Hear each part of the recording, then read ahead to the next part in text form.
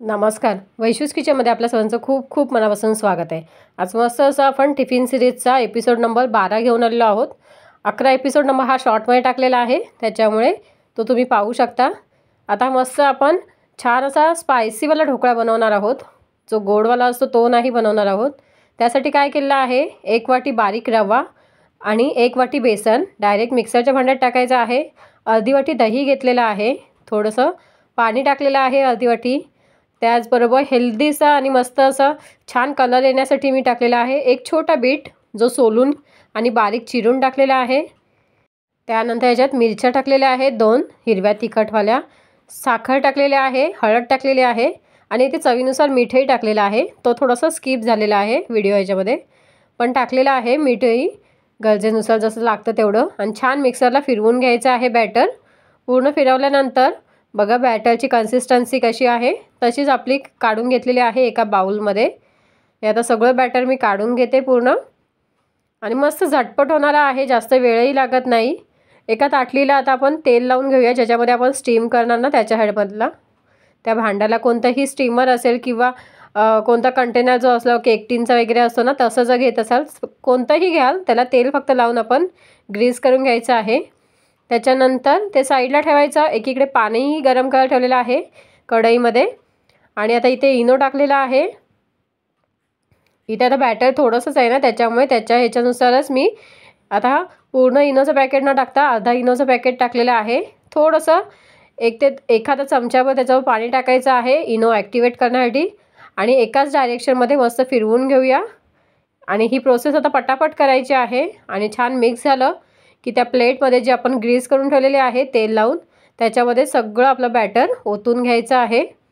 तुम्ही याच बॅटरपासून ढोकळा तर आपण आता बनवतोच आहे, डोसा वगैरेही बनवू शकता, तोही छान होतो. आता इथे मी सगळं बॅटर ओतून घेते प्रॉपर पूर्ण. स्पॅच्युलाच्या साहाय्याने सगळं व्यवस्थित निघून जातं बॅटर आपलं, कुठेही राहत नाही.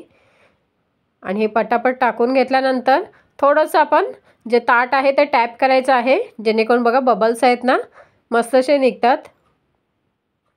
आता इकडे पाणीही गरम झालेलं आहे. कढईमध्ये एक निवणा ठेवलेला आहे, जेणेकरून कोणतेही वाटी वगैरे काहीही ठेवू शकता. आणि त्याच्यावर आता हे ताट ठेवायचं आणि 15 मिनटासाठी आपण मस्त असं स्टीम करून घ्यायचं आहे. 15 मिनटानंतर तुम्हाला दाखवते बघा, मी झाकण काढून घेतलेलं आहे. एक टूथपिक घेतलेले आहे, ते आतमध्ये 2-4 ठिकाणी मी बघा दाखवते तुम्हाला हे करून. टूथपिक पूर्णपणे क्लीन आलेली आहे, कुठेही त्याला लागलेलं नाही आहे बॅटर आपला, म्हणजे आतमध्येपर्यंत शिजलं गेलेलं आहे व्यवस्थित.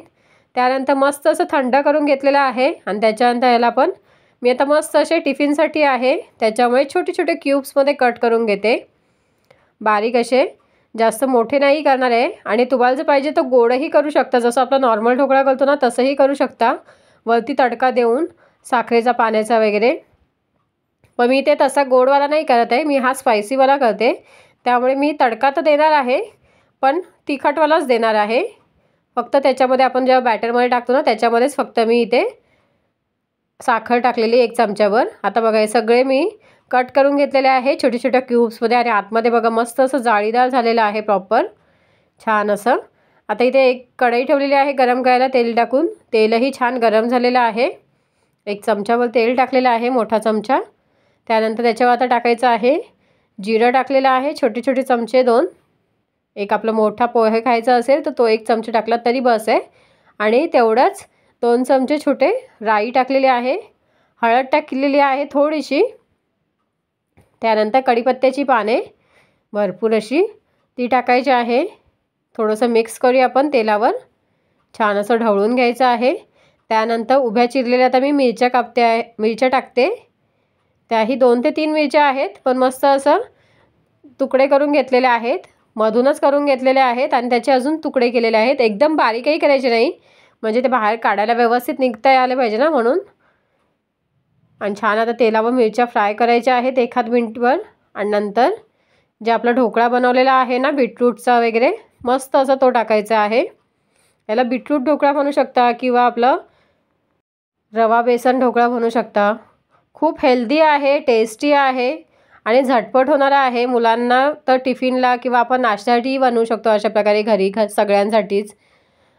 आता हा सगळा ढोकळा मीठ आपण कढईमध्ये टाकून घेतलेलं आहे आणि आता व्यवस्थित हलक्या हाताने मिक्स करायचं आहे.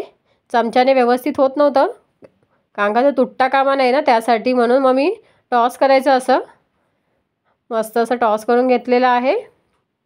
छान कलरही सुंदर आलेला आहे. 2 ते 3 मिनटं आपण असंच एकदम लो फ्लेमवर आपण असं टॉस करत राहायचं आहे आणि आपला हा मस्त असा हेल्दी असा ढोकळा तयार झालेला आहे. थंड झाल्यावर आता आपण टिफिन भरायला घेऊया. माझ्या लेकाला तर घाईच होती, त्याच्यामुळे तो पटकन हात घालायला आला आतमध्ये. आणि आता हे सगळा ढोकळा मी ट्रान्सफर केलेला आहे आणि वरतून मी तिळही टाकलेले आहेत व्हाईटवाले, मस्त दिसायला इथे छान असा.